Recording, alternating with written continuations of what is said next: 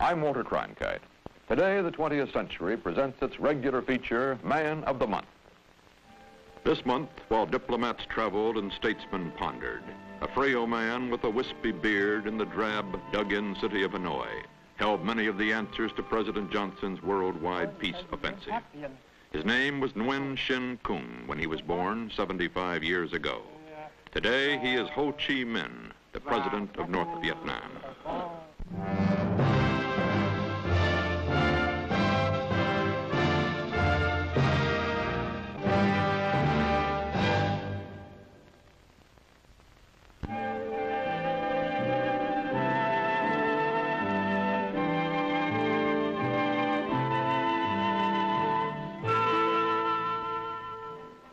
Hanoi, August 1945. The man who calls himself Ho Chi Minh, he who enlightens, is greeted by delirious crowds when he arrives with his guerrilla forces after Japan's defeat. Smaller crowds greet the French, returning to their colony. Ho proclaims Vietnam's independence in September 1945. The French treat him as the head of an independent state. Years before, this same man left his homeland, became a sailor, a pastry chef in London, a photo retoucher in France, and rented a dress suit and derby hat to petition President Wilson at Versailles in 1919. Ho pleaded for independence for Vietnam. No one listened to him except the French communists. He became a founding member of their party in 1920. Then began his long march to power. Moscow, New York, Berlin, prisons in Hong Kong and China were his way stations. He assumed a dozen different names as he rose in the hierarchy of world communism, but he never lost sight of his main goal, Vietnamese independence. In the summer of 1946, in Napoleon's castle at Fontainebleau, he seeks to obtain from the French full independence for his country.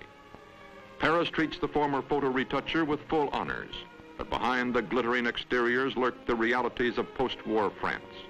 A weak government at home and strongly entrenched colonial interests overseas. Until the end, Ho hopes for an agreement. Last-minute talks with French Overseas Minister Marius Moutet fail. The handshake is that of men about to enter the ring. A man who covered the story in Hanoi, today the New Yorker magazine's correspondent in South Vietnam and author of the book, The Lost Revolution, Robert Chaplin. You could say that this was the beginning of what I have described as one of the many lost opportunities in Indochina and Vietnam to force the French into a stronger, more liberal position so that a decent alternative to communism might have been created earlier, or perhaps Ho might have been pre-Tito-fied, if you want to put it that way. This opportunity obtained until certainly from the end of 1945 until the Indochina War broke out in November, December 1946. But there was a year there during which the French could have certainly tried harder. It was their own fault that they didn't. And myself, I blame the collapse of those negotiations primarily on the French, on the conservative element among the French. November 1946. French guns hit the port of Haiphong. A few days later, Ho's guerrillas in turn attack the French. Ho goes into the jungle. The Indochina War is on, and it is to last 8 blood-filled years. Ho's troops, called the Viet Minh, are at first equipped with a medley of old French and Japanese weapons supplemented by American arms from World War II. Communist weapons will come later. Ho's headquarters is deep in the jungle. There, he and his most trusted associates forge their plans. Vo Nguyen Giap, the guerrilla expert, Trong Chin, the Communist Party secretary, Ho Chi Minh, the president who calls himself Uncle Ho, and Pham Van Dong, a nobleman by birth, later Ho's prime minister. Only in 1950, after Red Chinese troops arrive on Vietnam's borders, does Ho have any direct contact with another communist state. His arguments are nationalistic. He stresses that the fatherland must be freed of the foreigners, the French. A daily worker editor who has since quit the American Communist Party interviewed Ho in the jungle in 1953. Joseph Sterobin, today an expert in communist studies at Columbia University. Well, I wanted to get from him under what circumstances did he think France would give up or some negotiation could take place with France. I wanted to put the thing the other way around. How is this war going to end? He replied very abruptly, when they are beaten. Well, I had come prepared for some kind of insight into the possibilities of negotiation. He was very firm on the notion that they would have to be beaten. Then I asked him about American help to France. At that time, some of the bombers that were hitting us in the jungles during the day were of American make. His attitude was, the more stuff you send to the French, the more we will capture and the stronger we will become. One of the points he made was, well, communism hasn't gone over in the Anglo-Saxon countries, which I thought was rather strange. Only a man with Western experience could say that, but only a man with a certain liberalism in his communism would suggest at that particular moment that maybe communism isn't the answer to every people. And then Ho began to talk about the days of their contact with Americans, which was, of course, in 43, 44, and 45, when the American OSS, as part of the united war effort against Japan, made contact with the Vietnamese guerrillas. He seemed to be searching for the name of the one American with whom he had had a great deal to do. And I remember it as Holland. He himself stumbled on that. He tried to remember Hall something or other. I've since learned that it was Hallowell that he had contact with. Colonel Paul J. Hallowell, former OSS man, now a Miami lawyer. When he came up and asked for arms, there were certain questions we usually asked, and one question that I asked him, and I asked him every time, was, who was he going to shoot? And he said he was going to shoot Japanese, which was fine, and we would ask the question, well, what about the French? And to give the devil his due, he would never commit that he would not use the arms against the French at some point. Had he made that commitment, he possibly might have gotten more arms than he did. When American arms do go to Indochina, it is 1950, after Korea, and they go to the French. Ho and his cabinet must hide from roving bombers in a deep mine shaft. The French know that the enemy hides below them in the jungle, but Ho's fighters have in their favor their mastery of the art of guerrilla warfare, and above all, their fanaticism.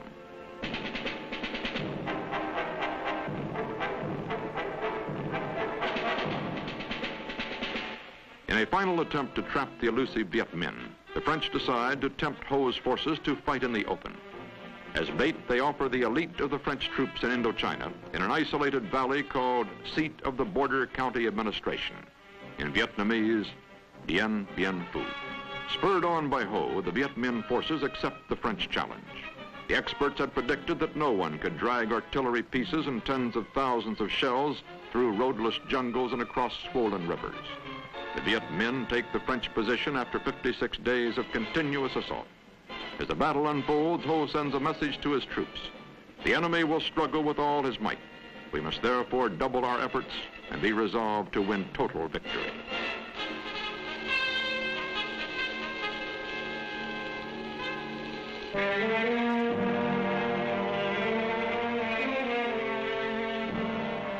Dien Bien Phu has fallen, and the French now are ready to talk.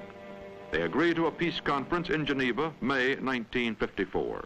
CBS News correspondent Alexander Kendrick was there. What I remember about the Geneva 1954 conference is the bright sunshine, the British Union Jack and the Communist Chinese Star flying side by side from the same lakefront hotel, John Foster Dulles' refusal to shake hands with Zhou Enlai at a diplomatic reception. There were two conferences at Geneva. First, the one on Korea, which got nowhere, and then the one on Indochina. Dulles left before the second one even began, and the United States became only an observer and didn't sign the final agreement. Molotov, the Soviet foreign minister, made the Viet Minh accept the 17th parallel as the ceasefire line, even though it meant giving up territory to the south. The Geneva agreements leave the victorious Ho Chi Minh in control of North Vietnam. The weak, newly independent state of South Vietnam survives with American support. 750,000 North Vietnamese flee to the south. Reunification elections to be held by July 1956 under the terms of the Geneva Accords never materialize. Each side will accuse the other of breaking the accords first. When Ho calls for the liberation of the South, black-garbed militia loyal to Ho will spread guerrilla warfare below the 17th parallel. At home, the backbone of his regime is the feared goose-stepping People's Army. To rebuild the North's shattered economy, Ho tries harsh collectivization measures copied from Red China. In 1956, his troops suppress a peasant revolt in his own home province. Ho blames pro-Chinese leaders for the brutal collectivization. For public consumption, Ho himself works on a primitive water wheel. He polishes his image as the gentle leader playing with children from the state-operated kindergarten near his residence, the former palace of colonial governors.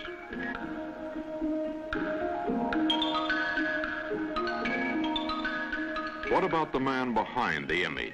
This reporter spoke with Professor Bernard B. Fall of Howard University, whose book, The Two Vietnams, contains the first Western biography of Ho. If Ho Chi Minh were a Westerner, he would probably be known as the best public relations conscious Western ruler in the world. He is extremely response conscious. Everything is done with its effect, its ultimate effect on the populace. The uncle idea is his idea. It's Bác Ho in Vietnamese. It's Uncle Ho. Remember these words by an American officer who knew him back in 45. He says, this awfully sweet old guy.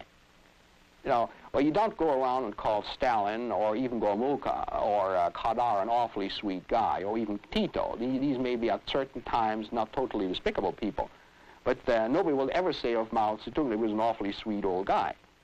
Whereas of Ho Chi Minh, this is the sort of thing come through. Now, some people say this is a 24-hour-a-day act, and it will point to the fact that when it comes down to the crunch, Ho Chi Minh in the past has at least allowed, if not ordered, the execution of some fairly old associates. But Ho Chi Minh has succeeded in preserving, in keeping a distance from all this. It's always the assumption, if only Ho Chi Minh knew, these things wouldn't take place. And this has really been a fantastic performance in this particular sense. Nothing that ever happens in North Vietnam that's bad reflects on Ho Chi Minh as a person. There's yet, in South Vietnam, for example, anyone who's willing to go on record insulting Ho Chi Minh as a person. I'm sure you are as aware as I of that the South Vietnamese will say a great deal about the North Vietnamese, that they're communist puppets, that they're fighting China's wars, etc., etc. But you will not find anybody who say Ho Chi Minh is a dirty bird. Some of the things that you hear in South Vietnam always is, well, when everything's been said and done, Ho Chi Minh is the George Washington of this country. And we are in the unhappy position of having to find a counter George Washington. And these people are hard to find these days, anywhere. Ho Chi Minh now begins to mend his fences abroad. In 1955, he flies to Peking and gets $350 million in Chinese aid from Mao Zedong. A year later, Khrushchev makes his famous speech attacking Stalin and inaugurating the Sino-Soviet split. Ho, though pro-Russian, is caught in the middle. He needs Russian industrial help, but cannot forget Red China's control of his communication lines. Professor Fall. It's very easy to compare Ho Chi Minh to Mao Zedong. You are two Asian leaders, two old apparat boys, etc., etc., almost of the same age, by the way. Yet the fact is, Ho Chi Minh spent 30 years in the West traveling from 1911 to 1941, literally, when he moved into China, whereas Mao Zedong spent most of his life in the grottos and caves of northeast China. Ho Chi Minh has seen the French in France, he's seen the British in Britain, he's seen the Americans, presumably, in perhaps New York and Boston. I'm sure in New York he saw more than Harlem. In other words, I don't feel that the problem of not understanding what the United States is about is really the problem with Ho Chi Minh. It may come with the junior leaders. The junior leaders, of course, have spent most of their life in isolation, but not Ho Chi Minh. His junior leaders, Pham Van Dong, Prime Minister, intelligent and tough, General Giap, Defense Minister and Armed Forces Chief, a popular man, but in communist countries, military men rarely become politicians. Lê Duan, the Communist Party boss, during the French War, top party leader in the South. And there are others, such as Trong Chin, whose adopted name, Long March, shows his Chinese allegiance. While the political struggle continues, communist aid and free world trade flow through the port of Haiphong. Government sources say that ships from 25 non-communist nations called on the port, bringing in machinery needed for the country's industrialization drive and exporting its coal.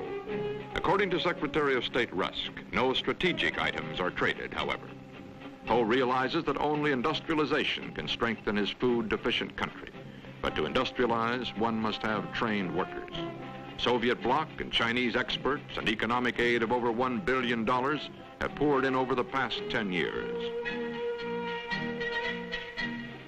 In most cases, this is still an economy which depends on coolie labor. Modern factories are built by hordes of human ants.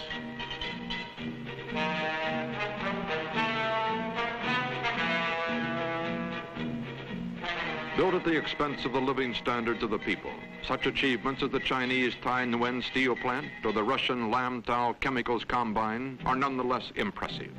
So is Ho's own performance as a fence straddler between Peking and Moscow. Again traveling abroad, he not only is well received by Khrushchev in Moscow, but he also visits most of the East European satellites and several uncommitted countries. Everywhere, Uncle Ho in the simple Mao Zedong uniform is a social hit. He also calls upon that prime example of independent communism in the world, Marshal Tito of Yugoslavia, a gesture that surely is not appreciated in Peking. Could Ho Chi Minh become such a Tito? Would he want to? The drama comes into the open in November 1961 in Moscow at a party congress. As the last of the old Bolsheviks in power, Ho, with Khrushchev, enjoys an honored place next to Hungary's Kadar and Russia's future strongman Brezhnev on the parade grandstand atop Lenin's tomb. But seemingly nothing can heal the widening breach between the Soviets and Peking. The Chinese are hell-bent on proving that their type of militant communism is the only true path to victory over the capitalist world. They openly call for a repudiation of the Soviet leadership by the world's communist parties. Ho and his party are at a crossroads. The old leader rises and in a quavering voice pleads for reconciliation between the two brother parties. But the Chinese stomp out and expect the North Vietnamese to follow suit. Ho leaves the Congress, but instead of going home, he travels about Russia and finds time to dance with the students at Minsk High School. CBS News chief European correspondent Charles Collingwood asks British scholar P.J. Honey of London University about Ho and the Sino-Soviet split. Obviously, he's interested in the Sino-Soviet dispute. He has walked his tightrope. He has moved closer to China or to Russia as the occasion demanded. But this is really something outside.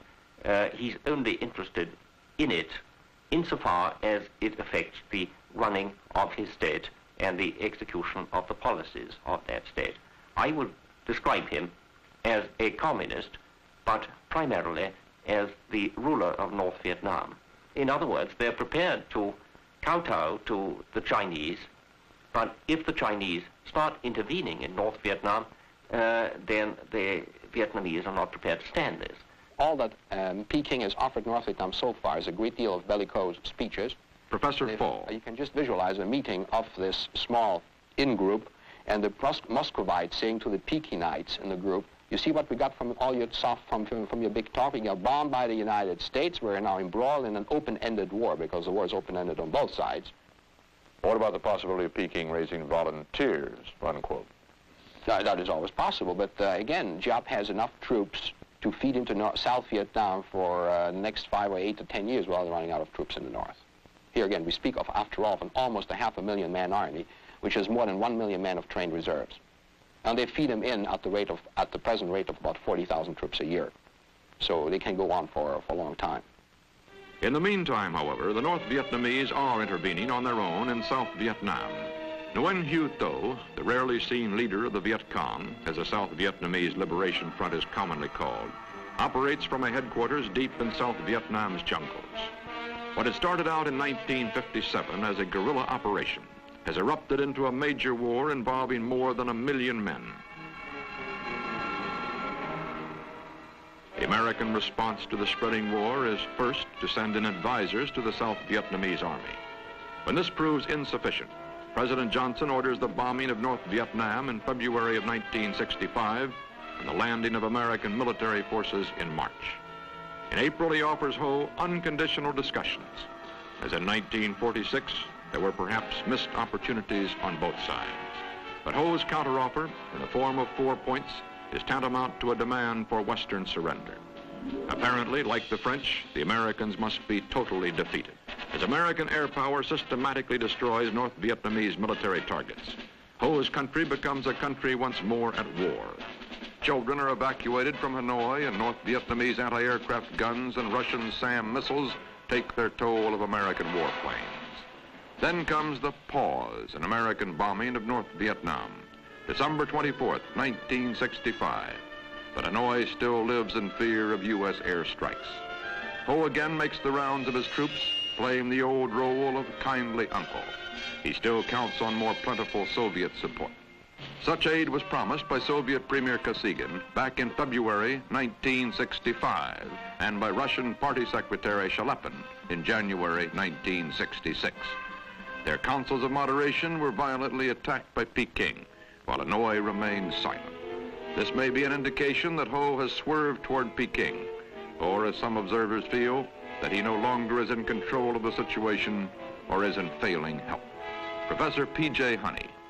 Physically, I think he's probably still reasonably healthy. But mentally, he's been on the slide for at least 18 months. He is, as far as I can make out, subject to periods of lucidity, but in between these, he's not really in control of his mental faculties. Consequently, when people visit North Vietnam, if he happens to be in good form, Ho Chi Minh is marched in and he talks to them, he has his photograph taken with them, he impresses them with his vitality and with his sense of humor. But I don't think any longer he is allowed to take major political decisions. One of the Western journalists to see Ho Chi Minh most recently found no evidence of any senility. British newspaperman James Cameron. The door opens and in comes none other than Uncle Ho himself, looking, I must say, in uncommonly good form for a man of rising 76. He moved over without any sort of introduction and sat down, poured himself a bottle of beer, and started to smoke what must have been about 200 cigarettes. And, well, if indeed it is the case that he's paraded in his few lucid moments, this must have been certainly one of them, because he gave me the impression of being physically very active. And certainly, in no sense did he talk like a gaga old character. But it is quite true to say he wouldn't talk about politics. When he came over, first of all, he wouldn't be photographed properly. He says, "Today I don't feel photogenic." And he sat down. I said to him, "You know, you're the most photogenic old man in Asia. Well, you know this." He said, "Not today, I'm not." Perhaps as often in the past, when in a difficult situation, Ho prefers to let the younger leaders bear the brunt of the unpopular decisions, while he keeps up his kind old uncle image. Professor Falls. Ho Chi Minh personally told me, he says, well, it took us 8 years to view the French. It'll probably take us 10 years to deal with the Americans, but we'll hold out. Well, the fact is, what he never realized, that the Americans aren't just 3-4 times stronger than the French, but something like 10th to the power of the French. To give you a precise example, the French had a total combat air force of 200 airplanes. The United States uses 300 airplanes a day in some of those major raids. So very obviously, there's a great deal of agonizing reappraising going on in North Vietnam. So Ho Chi Minh makes those mistakes. But internally, what sounds to us as being extremely harsh or rough, you know, the American imperialists must leave Vietnam. That's what his people likes to hear. This is the sort of old give 'em hell Harry of President Truman. And of course, they are up against the biggest power in the world, and there are 18 million people. Ho Chi Minh is of the blood, sweat, and tears school. You don't fight a revolution for 30 years getting clobbered at every turn until finally you come out on top without being of the blood, sweat, and tears school. It's dangerous to second think or to second guess a man like Ho Chi Minh. Yeah, they're much more complicated than that. But I'm very much afraid that if Ho Chi Minh were to make up his mind that this is the war to see through, that he might just be the man to see it through too. The aged president is still a ferocious nationalist and a shrewd communist revolutionary. This month, the United States made abundantly clear its willingness to negotiate for peace. It's now up to the old man in Hanoi.